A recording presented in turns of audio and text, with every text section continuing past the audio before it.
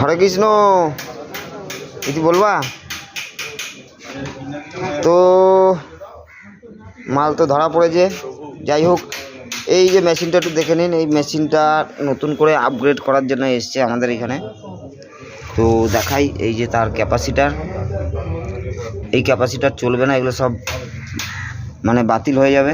Plus এইখানে যে এই ডায়োড আছে এইসব কিছু চলবে না। তো এই মেশিনটার শুধুমাত্র থাকবে ভ্যারিয়ার, কন্ডাক্টরটাও দেখছি একটা পিন নাই, আর হেডটা থাকবে। ট্রান্সফর্মারটা রিবাইন্ডিং হবে। তো মেশিনটা মোটামুটি মেশিনটা দিয়ে ম্যাক্সিমাম হলে হয়তো গোটা 20-25টা মোটরের ম্যাগনেট চার্জ করেছে, তারপরে আর হয়নি। বহুবার চেষ্টা করেছে যার মেশিনটা, তো সে ফেলুয়ার হয়ে লাস্ট আমাদের এখানে নিয়ে এসছে। তো দেখা যাক আমরা কতটা কি করতে পারি। আশা করছি এরপরে মেশিন আর ওনার আর ব্রেকডাউন হবে না।